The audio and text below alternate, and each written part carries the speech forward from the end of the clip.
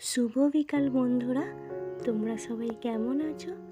আশা করি সকলেই ঈশ্বর কৃপায় ভালো আছো, আর আমরাও ভালো আছি। আজ দুপুরে একটু বৃষ্টি হয়েছিল, ওই যে দেখালাম মন্দিরটা ভিজে আছে। আর আমি বাদাম ছাড়াচ্ছিলাম, সাথে সাথে বাইরে বেরিয়েছিলাম, তখন একটু ভিডিও করেছিলাম বাইরটায়। আর এই যে যখনই গেটটা বন্ধ করে দিয়েছিলাম, পুরো দুয়ারটা অন্ধকার লাগছিল। তারপর আলো জ্বালিয়ে দিলাম, গেটটা বন্ধ করে দিয়েছি বলে। গেটটা খুলে রাখলে একটু আলোটা আসে, তাহলে বিকালবেলা তো গেটটা বন্ধ রাখলে আরও অন্ধকার লাগে, ওই জন্য পুরো অন্ধকারই লাগছিলো। আমি এবার আলোটা জ্বেলে বাদামটা ছাড়িয়ে নিচ্ছি। আর এত মশা, গেটটা মানে খোলা রাখলে যেন আরও বেশি মশা লাগছিল, ওই জন্যই গেটটা আরও বন্ধ করে দিলাম। আর এখন যেন সারাদিনই মশা, কোনো কিছু কাজ করতে গেলেই যেন চারদিকে শুধু মশা আর মশা।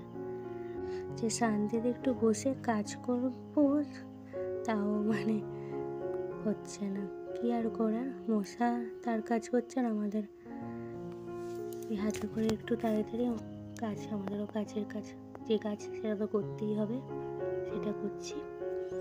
বাদামগুলো ছাড়িয়ে নিচ্ছি। আলু খোলা হয়েছে আজকে, আর বাদামটা তো আগে দিয়ে ছাড়িয়ে রাখতে হবে, আলু খোলার পরে পরেই তো বাদাম বসানো হবে। তার জন্য বাদামগুলো মানে সময় পাইনি সকাল থেকেই, সন্ধ্যেবেলার দিকটাতে মানে বিকাল থেকে একটু সময় পাই, সেই সময়টাতেই বাদামটা ছাড়িয়ে রাখছি। তারপর আবার এখন রুটি তরকারি করব। যখন ওই সন্ধ্যের দিকটা সময় পেলে ছাড়িয়ে রাখছি কিছু কিছু। আর একটা বাদামের উপর দিকটা যেন মনে হচ্ছে খারাপ লাগছে, আমি সেজন্য একটা বাদামকে ভেঙে দেখলাম যে ভেতরটাও খারাপ লাগে, কিন্তু না, বাদামগুলো ভালোই দেখছি। সেই জন্য মানে সেরকম মানে উপর দিকটা একটু মানে আবছা আবছা একটু কালো কালো, কিন্তু বাদামগুলো ভালোই। তারপরে আর সেই বাদামগুলো মানে মানে খারাপের দিকেই ফেলে রাখছিলাম। ভালো ভালো বাদামগুলোই তো হচ্ছে বসানো হবে, খারাপ বাদামগুলো তার কোনো মানে কাজে লাগবে না। তারপরে সেই বাদামগুলো ভালো, তারপরে যেগুলো একবারেই মানে বাদামের উপরে একবারে দেখেই বোঝা যাচ্ছে যে এটা খারাপ, সেগুলোই হচ্ছে আলাদা সরিয়ে রাখছি। আর বাদামের খোলাগুলো একটা চিকে তুলে রাখছি, আর বাদামটা হচ্ছে ঝুপড়িতে রাখছি। সেই বাদামগুলো হচ্ছে একটা ডিবেই তুলে রাখবো, এই ডিবেই তুলে রেখে দেবো। বাদামগুলো ছাড়ানোর কাজটা শেষ হয়ে গেছে, ওই জন্য ডিবেই তুলে দিচ্ছি। আলু খোলার আগে বাদামগুলো ছাই রাখা হচ্ছে, যাতে আলু খোলা হয়ে গেলে বাদামগুলো বসানো যায়। আর সঙ্গে সঙ্গে বললেও তো আর বাদাম মানে ছাড়ানো যাবে না বা বসানোও যাবে না, সেজন্য আগে থেকেই কাজগুলো করে রাখা হচ্ছে। আর সারাদিনের মধ্যেও সবসময় সময় পাই না যে আজকে কালকে বসানো হবে, বা আজ এই দুদিনের মধ্যে সারাদিন করে হচ্ছে বাদামগুলো ছাড়িয়ে ফেলবো। আর সারাদিনের মধ্যে কাজ এমন যে আমি সময়ই পাই না, সকালে পড়ানো থাকে, তারপর তো ঘরের সব কাজ আছেই, তার মধ্যে বিকাল থেকে একটু সময় পাই। বা আমি কি করি হচ্ছে রাত্রে রুটি করেও, রাত্রে রুটি করার পর খাওয়া দাওয়ার পরেও আমি রাত্রে বাদাম ছাড়িয়ে তারপর মানে ঘুমাই, এরম করেই হচ্ছে। আর এই যে কোদালগুলো হচ্ছে ভেজানো ছিল, এটা পরের দিনের ভিডিও। আলু কাজে খোলা হয়েছে, তার জন্য কোদাল নিয়ে যাওয়া হয়েছিলো মাঠে, সেই কোদালে মাটি লেগেছিলো, যার জন্যই কোদাল দুটো ভিজিয়ে রেখেছিলাম। এখন হচ্ছে কোদালগুলো ধুয়ে নিচ্ছি, সেটাই তোমাদের সঙ্গে শেয়ার করছি।